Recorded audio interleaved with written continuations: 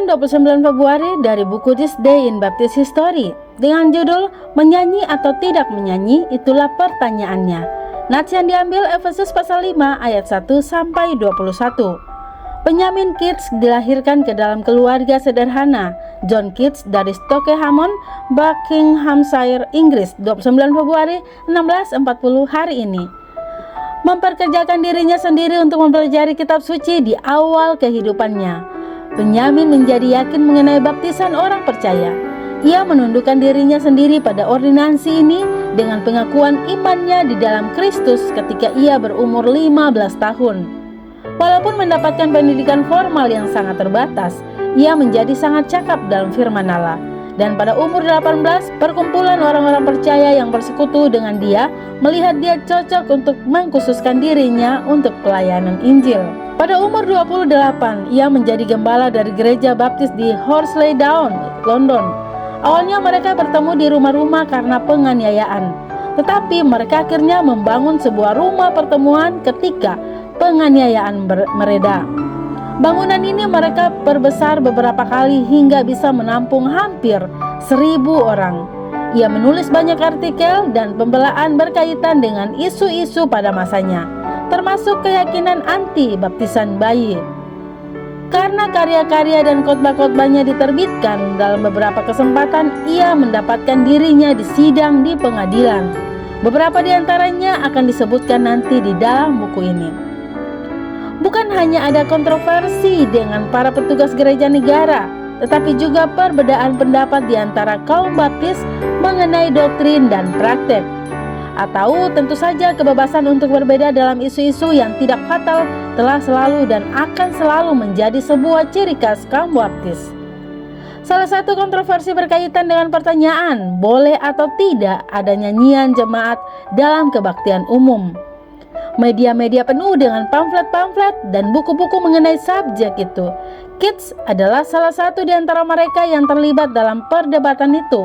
Dan pada tahun 1691, ia menerbitkan sebuah buku mengenai topik ini. Ia memutuskan untuk memperkenalkan nyanyian jemaat kepada gerejanya, apapun resikonya. Dan pertentangan yang hebat muncul. Gerejanya mungkin adalah gereja baptis pertama yang memperkenalkan nyanyian. Pertama kali digunakan hanya pada saat perjamuan Tuhan sekitar tahun 1673 dan dikhususkan untuk kebaktian perjamuan Tuhan selama kurang lebih 6 tahun. Kegiatan tersebut diperluas penggunaannya pada hari-hari pengucapan syukur yang dilakukan terus-menerus selama kurang lebih 14 tahun. Setelah kurang lebih 20 tahun jemaat itu, meski terdapat beberapa ketidaksepakatan, berhasil diyakinkan untuk bernyanyi setiap hari Minggu. Tetapi hanya setelah khotbah dan doa, beberapa orang yang tidak setuju pergi meninggalkan gedung itu dan berdiri di halaman karena mereka tidak dapat bersungguh-sungguh ada di sana dan mendengarkan nyanyian itu. Walaupun mereka tidak dikecam karena pergi, orang-orang yang anti menyanyi itu akhirnya memisahkan diri dan mendirikan gereja lain yang persis seperti gereja lama mereka, hanya tanpa ada nyanyian. Ketika mereka pergi, Keats dan jemaatnya memutuskan untuk membiarkan puji-pujian mereka berlimpahan dan mengambil suara bahwa mereka yang setuju menyanyi boleh bernyanyi seperti yang telah diputuskan. Gereja baru yang anti menyanyi itu tetap tidak menyanyi hingga tahun 1793. Karena penganiayaan, kebaktian yang bersifat sembunyi-sembunyi tidak memungkinkan kegiatan menyanyi sampai kurang lebih tahun 1680. Seluruh pertanyaan terletak pada satu hal, apakah ada ketentuan atau contoh bagi seluruh jemaat yang sudah bertobat dan belum untuk bergabung dalam pujian sebagai bagian dari kebaktian? Namun mereka percaya bahwa mereka yang telah Allah berikan karunia menyanyi boleh melakukannya satu demi satu, tetapi hanya ketika hati memberikan melodinya dan bukan dengan penggunaan sajak atau catatan tertulis. Berkat Benjamin Keats dan orang-orang yang sepaham dengannya, kita memiliki nyanyian jemaat dalam gereja-gereja baptis kita. Renungan tambahan Dr. Santoliau. Poin pertama, Benjamin Keats, gembala gereja baptis yang memperkenalkan gereja baptis aktivitas bernyanyi. Diperlukan kurang lebih 20 tahun, baru sebagian jemaatnya setuju untuk ada aktivitas bernyanyi dalam jemaat. Itu pun masih ada sebagian yang memisahkan diri dan bikin jemaat lain yang tetap tidak bernyanyi. Bagi mereka, bernyanyi itu aktivitas duniawi.